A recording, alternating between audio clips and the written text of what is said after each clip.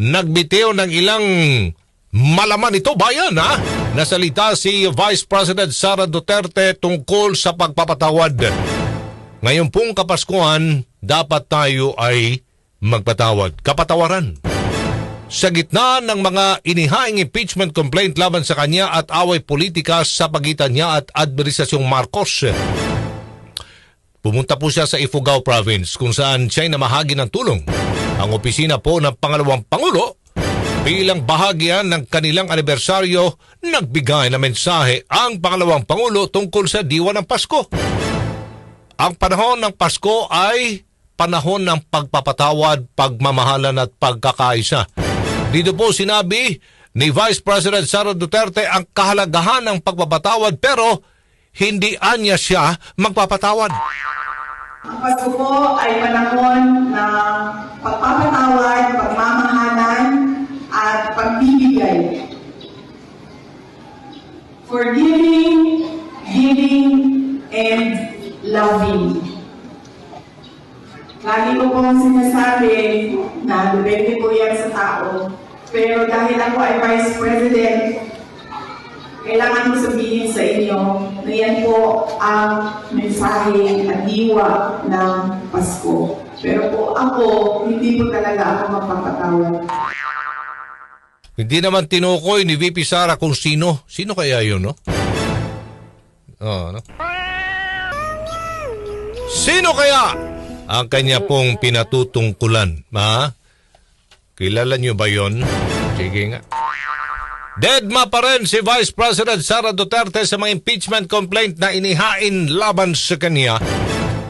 Kahapon kasi merong isinabit na naman sa Kamara. Parang i-consolidate lahat ito Mamaya malalaman natin ang proseso po ng impeachment. Ito ba'y collectively or individually?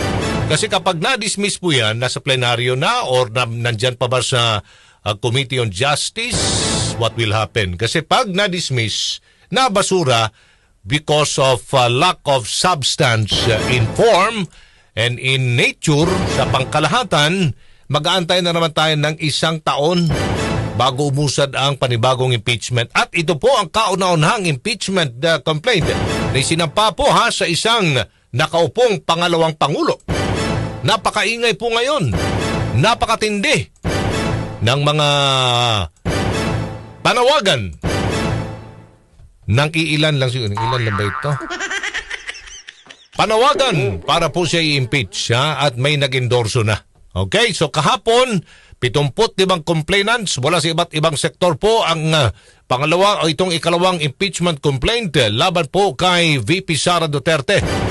Inendorso yan ni Congressman Arlene Brosas. Marami to, mga kongresista. Arlene Brosas ng Makabayan Bloc, Gabriela Women's Party List, ACT Teachers Party List, Representative Franz Castro at Kabataan Party List Representative Raul Manuel.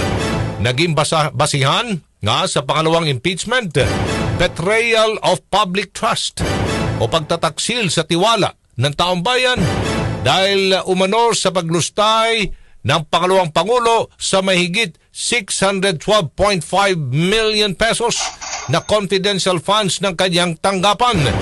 Binanggit din sa reklamo ang pagtanggi ni VP Sara na humarap sa investigation tungkol sa paggamit ng confidential funds na isa umanong pagtatangkang idiskaril ang pagtupad ng Kongreso sa mandato nito na mag-imbestiga in aid of legislation. Nakatakdang i-transmit ng Secretary General ng Kamara ang dalawang impeachment complaints sa tanggapan ng House Speaker. Si Aljo Bendijo sa DCXL